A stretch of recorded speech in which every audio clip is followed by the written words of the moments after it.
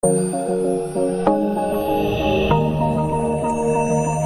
akan membaca satu bagian firman Tuhan dari Lukas 12 ayat ke-16 sampai ayat yang ke-21. Lukas 12 ayat 16 sampai ayat yang ke-21 berbunyi demikian. Kemudian ia mengatakan kepada mereka suatu perumpamaan. Katanya, ada seorang kaya, tanahnya berlimpah-limpah hasilnya. Ia bertanya dalam hatinya, apakah yang harus aku perbuat? Sebab aku tidak mempunyai tempat di mana aku dapat menyimpan hasil tanahku. Lalu katanya, inilah yang akan aku perbuat. Aku akan merombak lumbung-lumbungku dan aku akan mendirikan yang lebih besar. Dan aku akan menyimpan di dalamnya segala gandum dan barang-barangku. Sesudah itu aku akan berkata kepada jiwaku, jiwaku ada padamu banyak barang, tertimbun untuk bertahun-tahun lamanya. Beristirahatlah, makanlah, minumlah, dan bersenang-senanglah. Tetapi firman Allah kepadanya, hai engkau orang bodoh, pada malam ini juga jiwamu akan diambil daripadamu. Dan apa yang telah kau sediakan untuk siapakah itu nanti? Demikianlah jadinya dengan orang yang mengumpulkan harta bagi dirinya sendiri jikalau ia tidak kaya di hadapan Allah. Saudara, tema yang saya akan bawakan adalah hidup dalam kenyataan atau angan-angan. Jadi saudara, hidup dalam kenyataan atau angan-angan. Nah, seperti ini contohnya yang namanya angan-angan, ya. Di sini dia bilang pacar, sayang, lagi ngapain? Itu angan-angan. Karena sesungguhnya dia nggak punya pacar. Jadi ini namanya harapan, tapi pepesan kosong, ya. Kenyataannya apa di situ ditulis? Anda tidak memiliki pesan baru, ya. Enggak punya pesan, tapi dia berharap ada pesan. Yang lebih parah saudara ini, ya. Nih, bagaimana saudara dia berangan-angan? Ya, kalau dia kucing gimana caranya supaya jadi singa? Angan-angan itu hayalan, enggak nyata. Dan berapa banyak orang hidup di dalam angan-angan. Saudara, ini sepasang suami pacar belum menikah. Mereka bilang gini, nanti kalau kita udah menikah ya kita beli rumahnya yang besar, ya. Nanti kalau rumahnya besar, nomor satu yang saya mau beli kulkas, kata si istri. Supaya apa? Nyimpen makanan. Kalau makanan gak habis masuk ke dalam kulkas. Suami bilang jangan kulkas dulu, TV. Itu penting, kita mesti lihat berita. Ya, apa yang terjadi? Kulkas mana bisa kasih tahu berita apa? Berantem, kulkas TV. Rumah aja belum punya. Udah ribut kulkas TV, dan berapa banyak kita hidup di dalam angan-angan. Ya, buat mereka yang nonton drama Korea. Saya punya teman, itu sekali nonton dia tidur sampai jam 4, jam 5 pagi.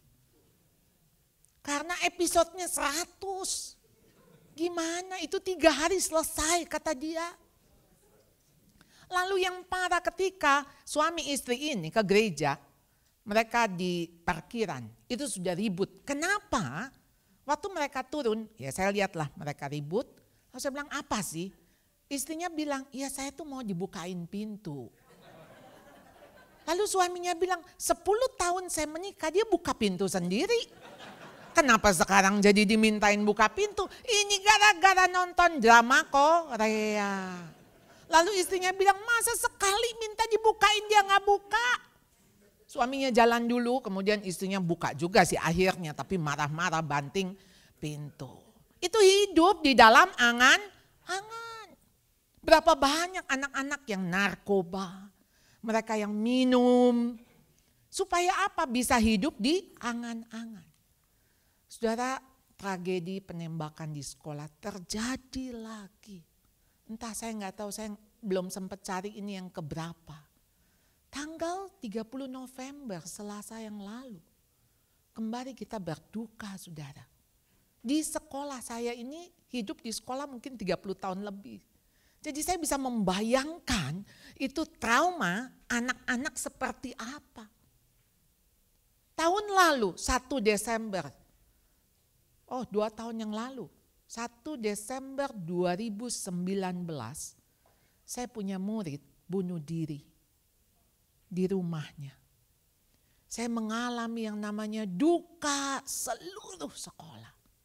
Anak-anak begitu trauma, padahal itu meninggalnya di rumah, dia gantung diri di tangga, di Minggu pagi.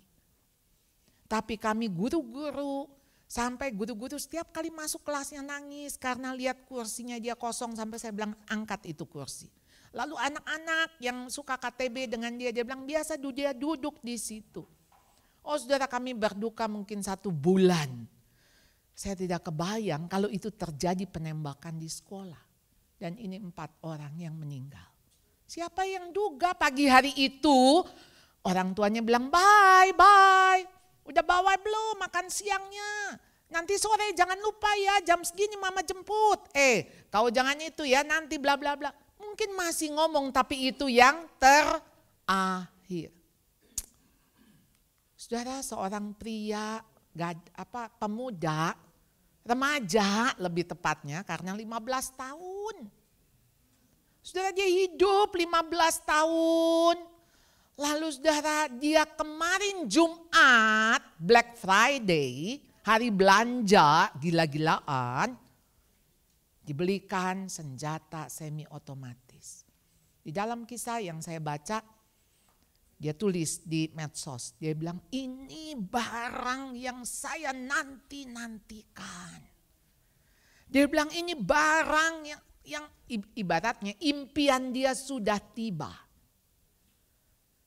Saudara, bapaknya membelikan sebuah pistol yang memang dia tulis di dalam medsos dia bilang dia adalah kematian. Dia adalah death. Saudara, hukumannya adalah kemungkinan penjara seumur hidup. Saudara, bayangin sisa hidup dia, saya nggak tahu masih berapa puluh tahun ke depan. Apakah harus dihabiskan di penjara? Ini dia membawa 3 set 15 peluru dan masih tersisa 18 peluru. Dia menembak setidaknya 30 peluru. Mengisi ulang. Lalu kemudian saya kebayang di film-film gitu kan, dia berondong. Dia tidak masuk kelas, dia di lorong. Dia keluar dari kamar mandi. Ini ayah dan ibunya.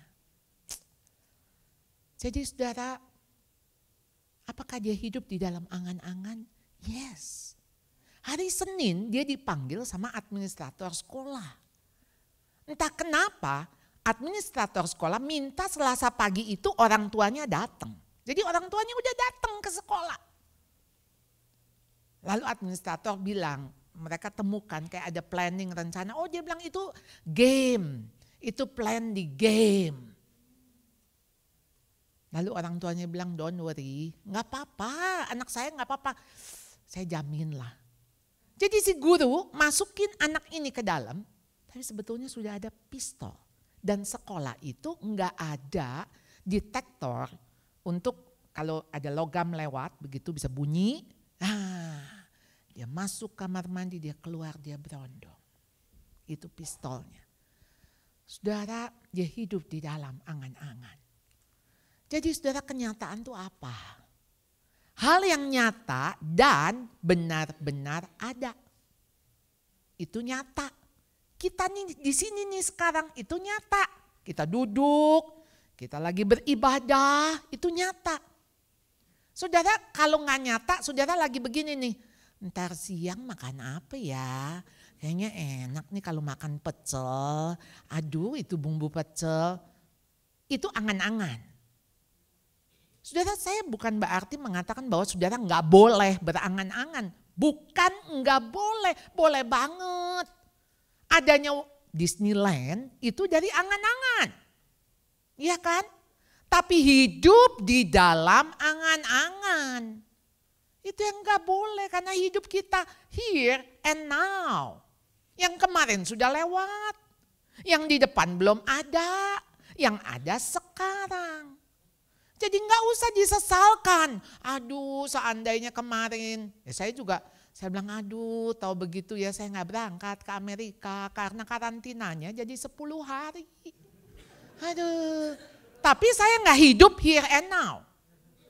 Saya kalau hidup here and now saya mestinya apa? Bersyukur sekalipun itu 10 hari. Walaupun saya nggak tahu bisa aja kan begitu minggu depan pemerintah bilang oh 10 hari jadi 5 hari. Oh puji Tuhan. Jadi saya udah bisa keluar, who knows. Karena pernah juga dari 8 hari jadi 5 hari jadi 3 hari. Tapi gak usah dipikirin, itu belum terjadi. Nah saya harus syukuri yang sekarang. Yang here and now. Jadi saudara, now. Yesterday is history. Kemarin tuh udah jadi sejarah. Jadi ceritanya Tuhan, apapun hidupmu yang dulu itu histori, ceritanya Tuhan. Mau jelek, mau buruk itu ceritanya Tuhan dan Tuhan bisa pakai. Ingat hidup kita mau dipakai untuk history. My story is history. Saudara hidup saya gak mulus-mulus amat, sekarang sudah 57 tahun. Tapi saya percaya di dalam kehidupan yang Tuhan izinkan itu menjadi sebuah cerita Tuhan. Yang saya harus bagikan, saya harus ceritakan menjadi ceritanya Tuhan. Menjadi berita baik, menjadi good news. Tomorrow is a mystery. Mana tahu besok saya masih ada apa enggak. Saya sih masih berharap besok saya masih ada. Karena Selasa saya pulang. Saya masih berdoa, saya bilang Tuhan kalau boleh kalau Tuhan panggil saya pulang. Ya saya ada di Indonesia, saya ada di Jakarta, ada di rumah saya. Tapi itu kan namanya juga permintaan. But today is a gift. Hari ini hadiah. That's why they call it the present. Hari ini present enggak saudara? Hadiah enggak? Hadiah loh. Ya kan? Kita sehat, bisa datang ke gereja, napas masih gratis, nah nggak bayar oksigen, saudara bersyukur. Jadi saudara, kita lihat Lukas 12 ini ya, Tuhan Yesus kasih perumpamaan. Ada seorang kaya tanahnya berlimpah-limpah hasilnya. Ia bertanya dalam hatinya, apakah yang harus aku perbuat? Sebab aku tidak mempunyai tempat di mana aku dapat menyimpan hasil tanahku. Saudara, ketika dia berencana, sampai sini salah nggak salah. Gimana ya? Ini saya punya hasil tanah, ini kok kayaknya nggak cukup lagi. Jadi saya harus ngapain? Tapi saudara ketika dia menganggap hasil tanahku, dia menganggap semua adalah hasilku. It's mine. Ya, ini semua gara-gara saya bekerja, saya yang usaha. Jadi ini hasilku. Lalu kemudian dia katakan inilah yang akan aku perbuat, aku akan merombak lumbung-lumbungku, aku akan mendirikan yang lebih besar, aku akan menyimpan di dalamnya segala gandum dan barang-barangku. Semua milikku. Kalau tadi dia menganggap wah ini hasil kerja keras. Kalau sekarang ini punya saya mau apain juga terserah saya. Suka-sukanya saya. Lalu Anda akan lihat inilah yang akan. Inilah yang akan. Saudara boleh enggak? Boleh. Saudara punya rencana, punya planning. Saya akan menikah. Saya akan punya anak. Saya akan boleh-boleh saja. Dan ketika itu dia katakan sesudah itu aku akan berkata kepada jiwaku, jiwaku ada padamu banyak barang tertimbun untuk bertahun-tahun lamanya, beristirahatlah, makanlah, minumlah dan bersenang-senanglah. Semua ini ada dalam kendaliku. Tadi suka-sukaku. Aku mau apa juga bisa. Nanti, nah dia hidup di dalam angan-angan. Jiwaku ada banyak barang tertimbun ya bertahun-tahun. Tinggal istirahat, engkang-engkang kaki ya. Duduk di kursi goyang, makan, minum, bersenang-senanglah. Hati-hati kalau doa saudara seperti ini. Saudara dibikin stroke. Jadi 3 suku kata kalau di Indonesia ya. Karena stres. Nah 3 suku kata juga. Saudara ketika saudara cuma duduk, makan, minum, enggak ngapa-ngapain, enggak bekerja, enggak melakukan. Orang tuh pikir kalau makan, minum enak-enak, itu enak. Enggak enak loh saudara. Pernah sakit enggak? Pernah berbaling enggak? Saya pernah karena saya baru operasi tahun lalu, Desember juga, tanggal 2 Desember saya operasi, itu hampir 3 bulan. Saya nggak bisa ngapa-ngapain dan sebulan pertama memang betul-betul ya nggak bergerak begitu ya makan minum gitu ya tapi nggak seneng karena sakit. Saya bilang Tuhan boleh nggak Tuhan saya baru tahu yang namanya bisa jalan itu anugerah karena saya nggak bisa jalan saya harus pakai tongkat saya turun dari tangga saya harus ngesot nggak bisa kaki saya nggak bisa dipakai. Saya cuma bilang, Tuhan saya nggak pernah bersyukur ya saya bisa jalan, saya bisa gerakin kaki. Rasanya ya memang harusnya begitu. Saudara siapa yang mengendalikan hidup kita? Ayo mari kita hidup di dalam kenyataan, bukan di dalam angan-angan. Kenyataan tuh yang sekarang nih, bisa makan, syukuri. Jangan begini, aduh seandainya ya kalau ada steak ya, aduh coba ada steak ya. Saudara yang di depan saudara tempe enak. Kalau pakai disyukuri kan? Ya enggak? Ih tempe enak banget. Saudara rasakan bisa gigit. Terima kasih Tuhan ada gigi. Coba enggak ada gigi makan tempe juga susah. Apalagi mau makan steak. Mesti di blender. Steaknya di blender baru bisa ketelan. Enggak bisa. Saudara mama saya udah Alzheimer mungkin udah 10 tahun.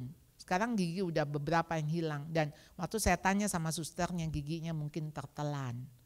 Nggak ketahuan. Tahu-tahu begitu saya kunjungin lagi, loh kok hilang satu lagi. Kunjungin lagi, sus mana giginya? Saya bilang nggak tahu bu kayaknya ketelan. Ayo. Lalu sekarang mama saya sudah nggak bisa. Makan daging saya mau kasih yang enak-enak juga nggak bisa. Dia cuma bilang kalau di blender gimana bu dagingnya? Oh iya sih, ya maybe lah. Tapi akhirnya udah gak bisa menikmati. Jadi saudara ayolah. Jadi saudara Lukas 12 ayat 20 sampai 21 mengatakan tetapi firman Allah kepadanya hai engkau orang bodoh. Ini judul perikop ini orang kaya yang bodoh. Ya. Pada malam ini juga jiwamu akan diambil daripadamu dan apa yang telah kau sediakan untuk siapakah itu nanti. Demikianlah jadinya dengan orang yang mengumpulkan harta bagi dirinya sendiri jikalau ia tidak kaya di hadapan Allah. Saya kalau lihat baca tidak kaya di hadapan Allah saya ingat itu janda miskin yang punya cuma 2 peser. Dan Tuhan puji dia yang paling kaya daripada semua yang kaya di situ. Karena dia berani memberikan seluruh miliknya. Apakah kita sebut dia janda nekat? Oh no. Karena dia tahu itu cuma 2 peser yang dia kasih. Tuhan masih kasih dia tenaga, Tuhan masih kasih hidup. Dan dia yakin dia masih bisa memperoleh uang dari hasil dia kerja. Artinya apa? Dia punya iman.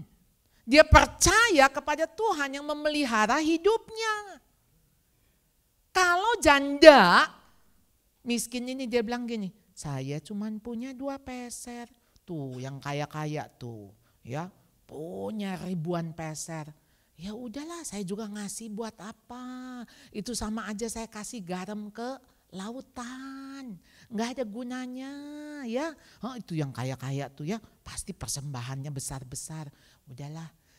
Saya nggak usah ngasih juga nggak apa-apa. Ya udahlah setengah peser. Itu juga udah bagus juga ya. Bayangin Tuhan 25% dari yang saya punya. Kalau perpuluhan kan 10%. Ini udah bagus, saya ngasih setengah peser. Waduh saudara, kita tuh jangan hitung-hitungan sama Tuhan. Saya tadi tersentuh sekali dengan lagu yang diciptakan oleh Pak Rocky. Dia yang mengatakan I thirst. Saya haus, tapi dia yang menciptakan laut, dia yang menciptakan sungai. Saudara, dia gak butuh duit kita, enggak. Dia gak butuh suara kita, enggak. Dia gak butuh tenaga kita, enggak. Kalau saudara mau dipakai, uang saudara dipakai, hidup saudara dipakai. Aduh saudara cuman bisa sembah sujud syukur sama Tuhan, siapa kita? Emang kita kebagusan? Enggak. Jangan merasa kebagusan. Kejelekan iya. Sehingga kita terus menerus bisa di hadapan Tuhan kita cuma bilang terima kasih Tuhan.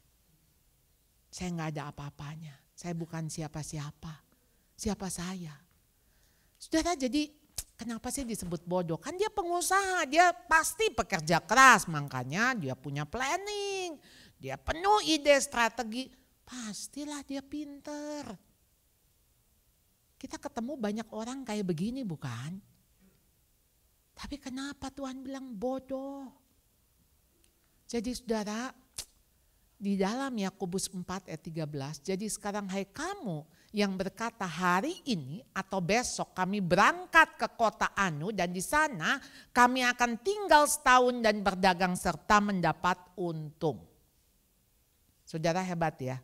Jadi dia saat keberangkatannya udah tahu mau hari ini atau besok. Tujuannya juga jelas, ke kota Anu, lamanya tinggal 1 tahun, apa yang dikerjakannya berdagang dan dia tahu hasilnya dari apa yang dia lakukan dia akan mendapat untung.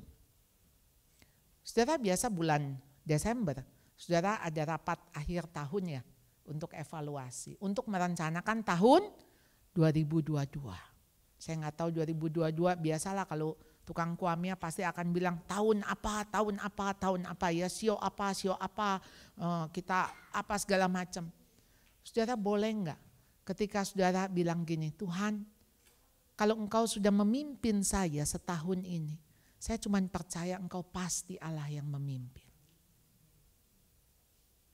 Kalau bukan Tuhan, saya nggak akan memasuki 2022. Kalau bukan Tuhan. Tapi kalaupun Tuhan mau saya masuk di 2022, artinya saya tahu saya hidup harus memberi buah. Saya nggak boleh lagi hidup sia-sia. Saya nggak boleh lagi hidup cuman lewat hari.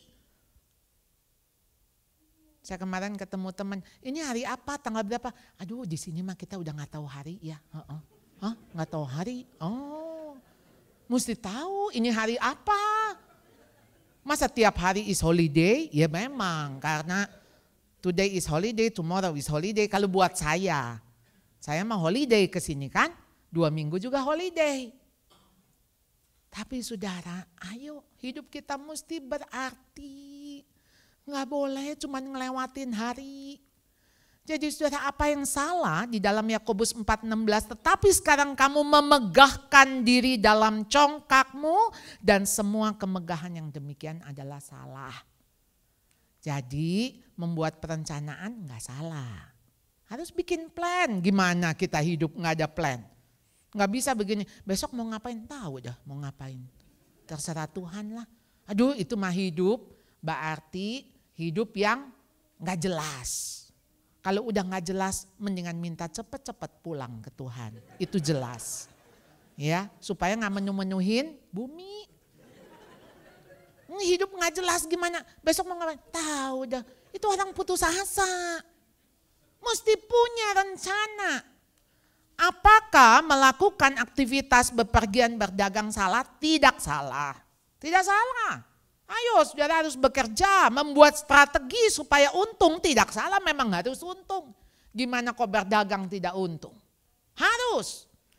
Jadi yang salah ketika saudara tidak mengandalkan Tuhan. Ini yang namanya hidup di dalam angan-angan. Kalau hidup di dalam kenyataan, kita tahu hidup kita rapuh sekali. Yakobus 4 ayat 14, apakah arti hidupmu sama seperti uap yang sebentar saja kelihatan lalu lenyap. Jadi saudara, arti hidup kita yang seperti uap, ya, rapuh, kemudian singkat dan tidak pasti. Masalahnya sore saya bagaimana, kenapa saya nggak tahu. Bakal kepleset kulit pisang saya nggak tahu. Saya terus menerus, saya cuma bilang gini, ini kaki saya kan udah karena ada operasi ya, jadi ada pen. Saya cuma bilang begini, saya harus hati-hati melangkah. Saya harus lihat ke bawah, saya nggak bisa lincah-lincah begitu. Masalahnya kaki saya satu sudah dioperasi. Jadi jangan sampai saya tidak teliti, tidak hati-hati, lalu saya kepleset.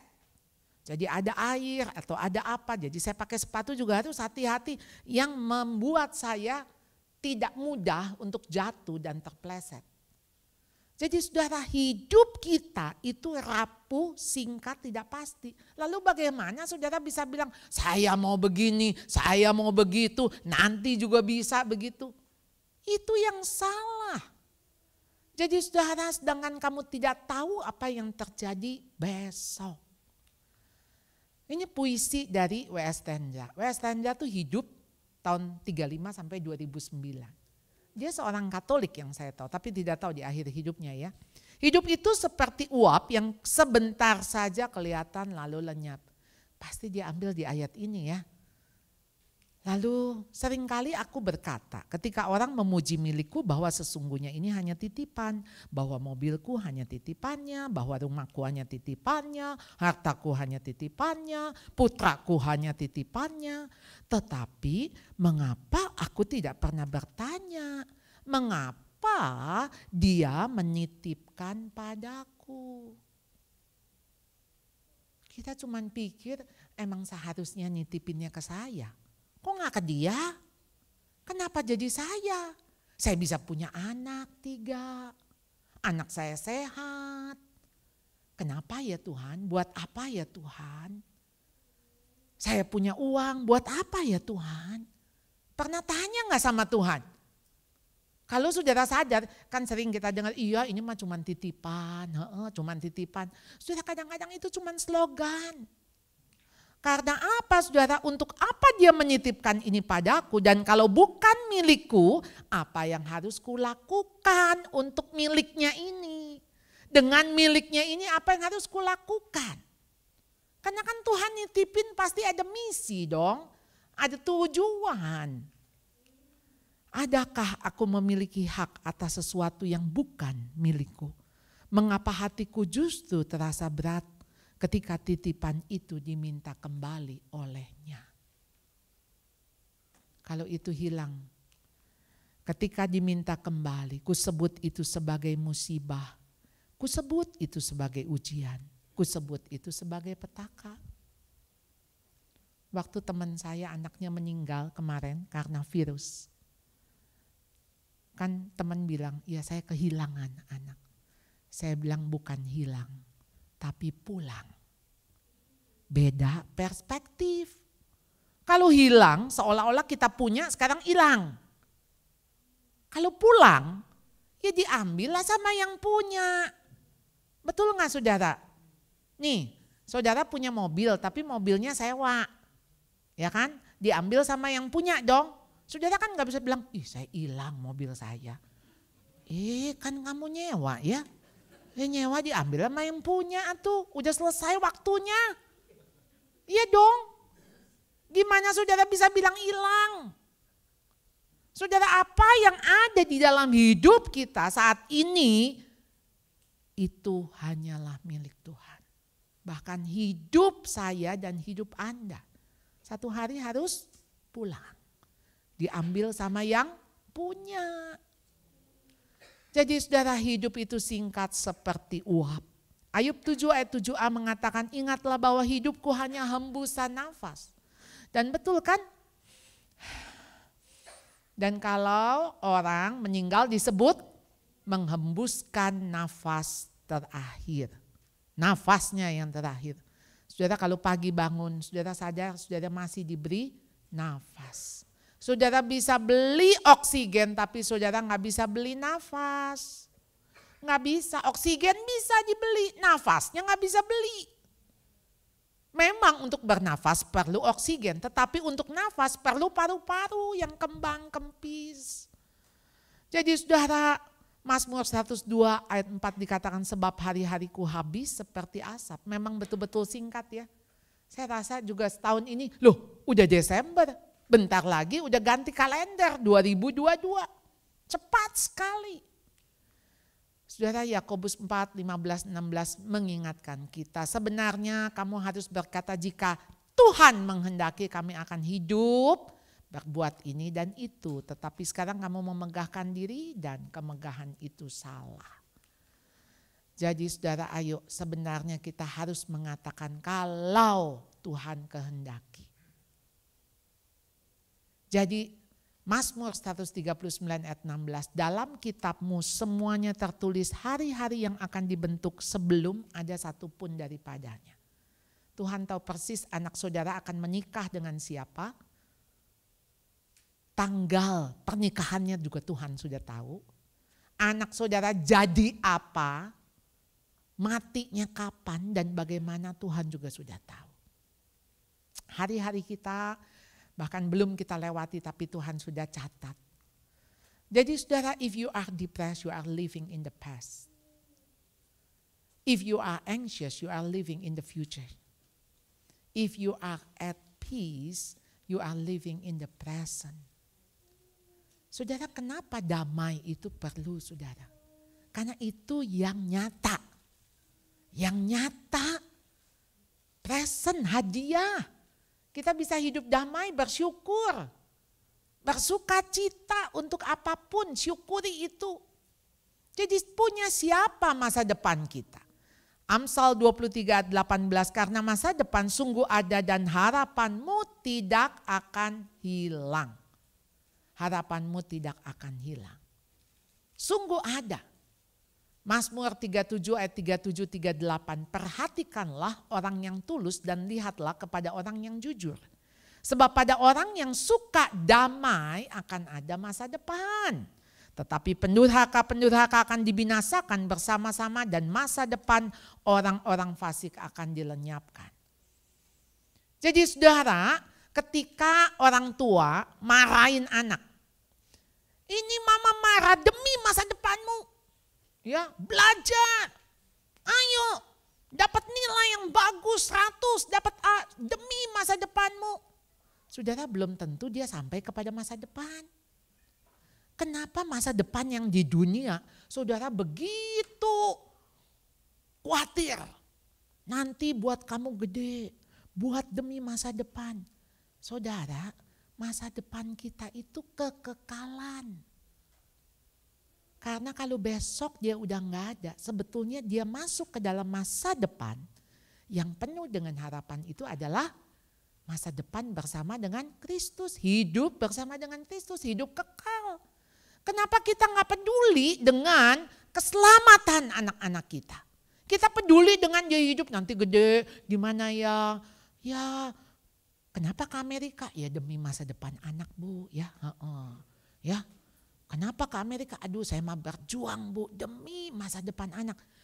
Masalahnya masa depan itu di dunia itu cuma sementara. Tapi ada masa depan yang selama-lamanya, yaitu di surga. Jadi ketika Tuhan katakan damai sejahteraku tinggalkan bagimu, damai sejahteraku kuberikan kepadamu. Dan apa yang kuberikan tidak seperti yang diberikan oleh dunia kepadamu. Janganlah gelisah dan gentar. Jadi di dalam ada satu kalimat saya pikir bagus ya. Yohanes 14 ayat 27 kan ayat ini. God can bring peace to your past. Engkau harus berdamai dengan masa lalumu. Terima. Mau masa lalu kayak apa terima. Udah lewat kok. Purpose to your present. Tuhan punya tujuan loh untuk hidupmu yang sekarang. Tuhan mau pakai Anda. Satu persatu, gak ada yang sia-sia. Hope to your future. Jangan pernah kehilangan harapan. Tapi kuncinya apa? Ini. Sebab jikalau kita yang ketika masih seteru diperdamaikan dengan Allah oleh kematian anaknya, lebih-lebih kita yang sekarang, now, here, telah diperdamaikan. Pasti akan diselamatkan oleh hidupnya. Saudara, amin? Percaya? Saudara, itu yang now. Yang now, kita udah selamat. Puji Tuhan. Saya pernah, saudara, murid saya hilang. Diculik lah atau apalah. Orang tuanya udah takut.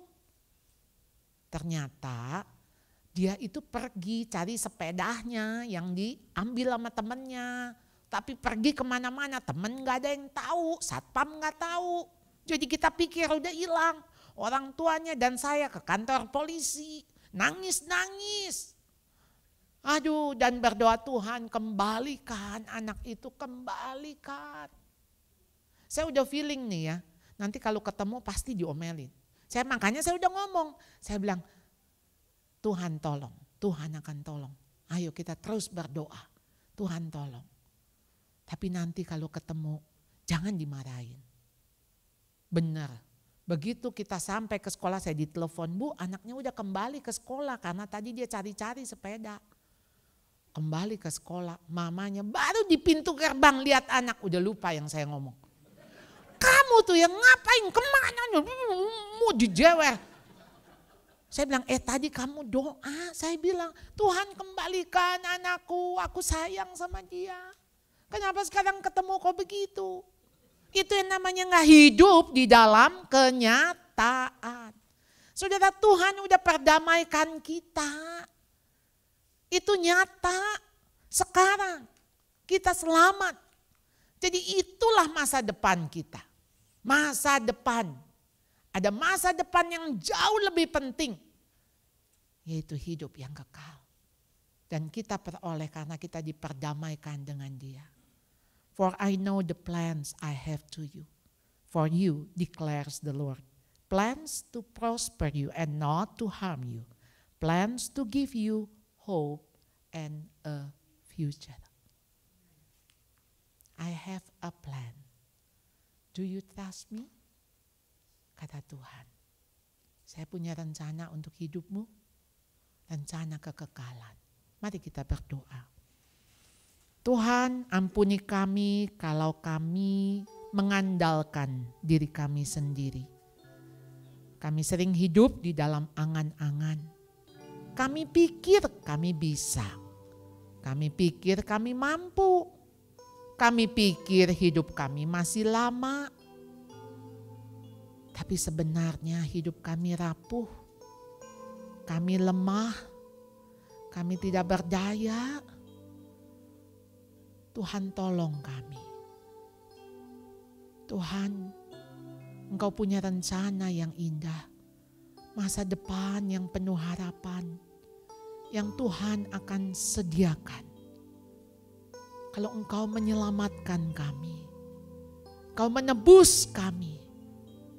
Menjadi milik kepunyaan-Mu. Engkau enggak akan sia-siakan hidup kami.